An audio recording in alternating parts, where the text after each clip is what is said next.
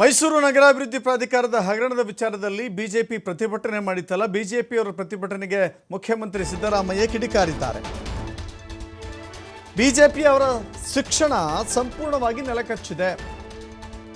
ಆಷಾಢ ಶುಕ್ರವಾರ ಇದೆ, ಗಾಡಿಗಳನ್ನು ಅಡ್ಡ ಹಾಕಿದರೆ ಹೇಗೆ?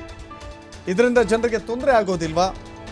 ಜನರ ಹಿತದೃಷ್ಟಿಯಿಂದ ಪ್ರತಿಭಟನೆಗೆ ಅವಕಾಶವನ್ನು ಕೊಟ್ಟಿಲ್ಲ ಅಂತ ಹೇಳಿ ಸಿಎಂ ಸಿದ್ದರಾಮಯ್ಯ ಇವತ್ತು ಬಿಜೆಪಿಯ ಪ್ರತಿಭಟನೆಯನ್ನು ತಡೆ ಹಿಡಿದಿದ್ದಕ್ಕೆ ಸಮರ್ಥನೆ ಕೊಟ್ಟಿದ್ದಾರೆ.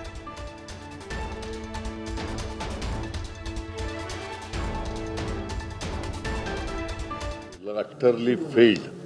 They have BJP is utterly failed in their agitation.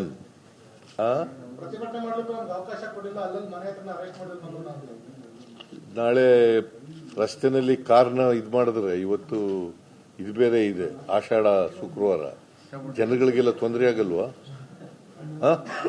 ರಸ್ತೆನಲ್ಲಿ ಕಾರ್ಗಳು ಹೋದ್ರೆ, ಮೋಟರ್ ಬೈಕ್ಗಳು ಹೋದ್ರೆ ತೊಂದರೆ ಆಗಲ್ವಾ? In the interest of the people,